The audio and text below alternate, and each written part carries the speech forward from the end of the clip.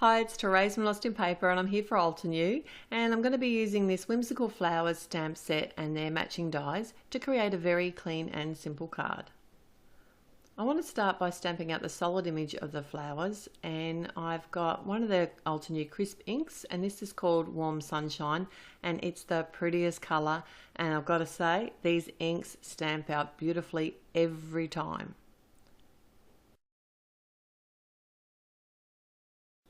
So I'm going to stamp out a few of the flowers now, and I always make a few extra flowers when I'm doing something like this, and that way if I miss stamp, I've got some spare.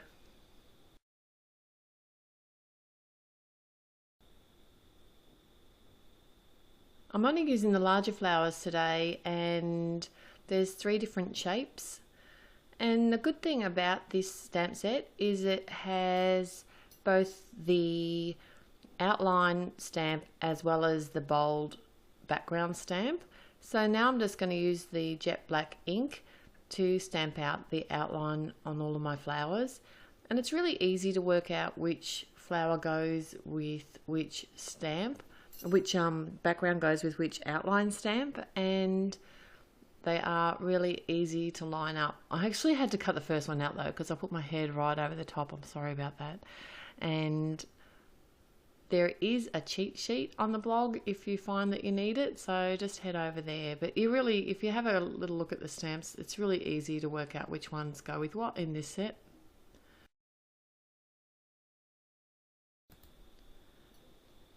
So while I'm stamping, I thought it'd be a good idea to do my leaves as well, and I've chosen 2 of the larger leaves, and they're 2 different shapes and they both have an outline stamp, and I'll use the jet black ink again just to outline these images. Really easy to line up.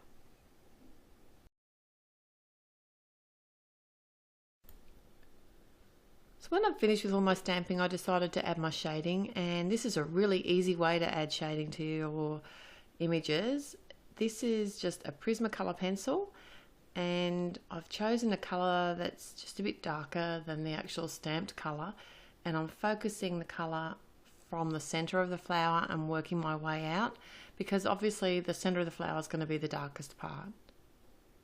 It's where the shadows are. So I'm going to do this to all the flowers.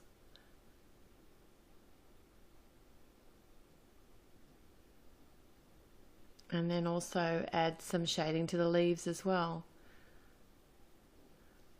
And I've also got my Gamsol and blending stump, so just to help blend that colour out, and look what a difference that makes. I think it just looks great.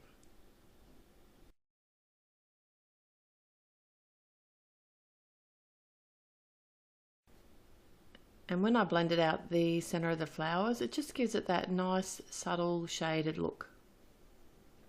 And I'll do that to all the flowers.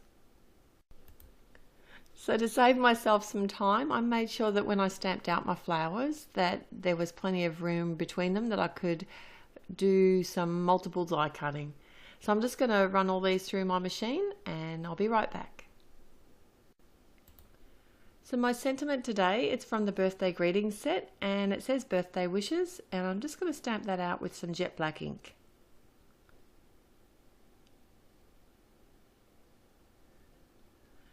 Now I have a piece of acetate. It's kind of a bit smaller than the front of my card, and I'm using a black permanent marker to draw some stems for the flowers.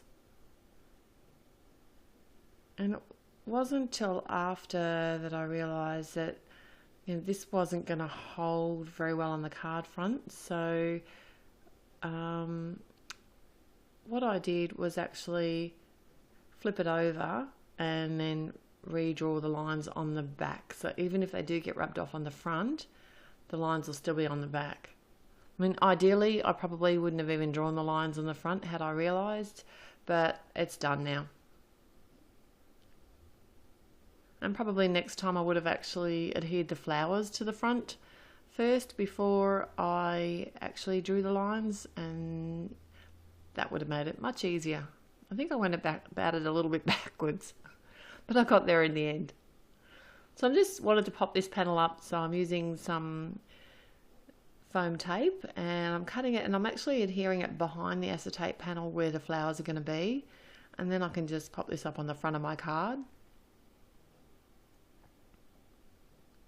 And I did actually colour the centre of the flowers pink because I knew that I wanted to add some pink glitter. So I've got my Zig two-way glue pen, and then this is called pink soda. So I'm just going to add this to the centre of all the flowers. If I had left the flower centres white, you might have seen the background. So it's just easier to add a bit of pencil behind. And now I'm going to put my card together, and I want to adhere these pieces on top of the acetate, and I'm going to use a combination of stamp runner and some mounting foam.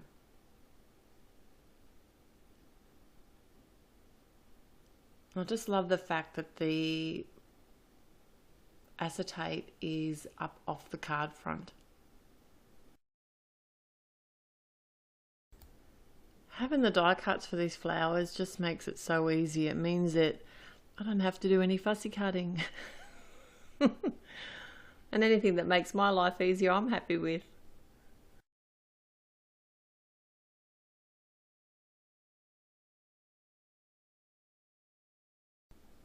And for a bit of bling, I've got some plum pearls. These are Kaisercraft. They're just from my stash, old as the hills, and I thought they matched perfectly with the centre of the flower. And that's my finished card for today. I hope you've had some fun. Till next time, happy paper crafting. Bye.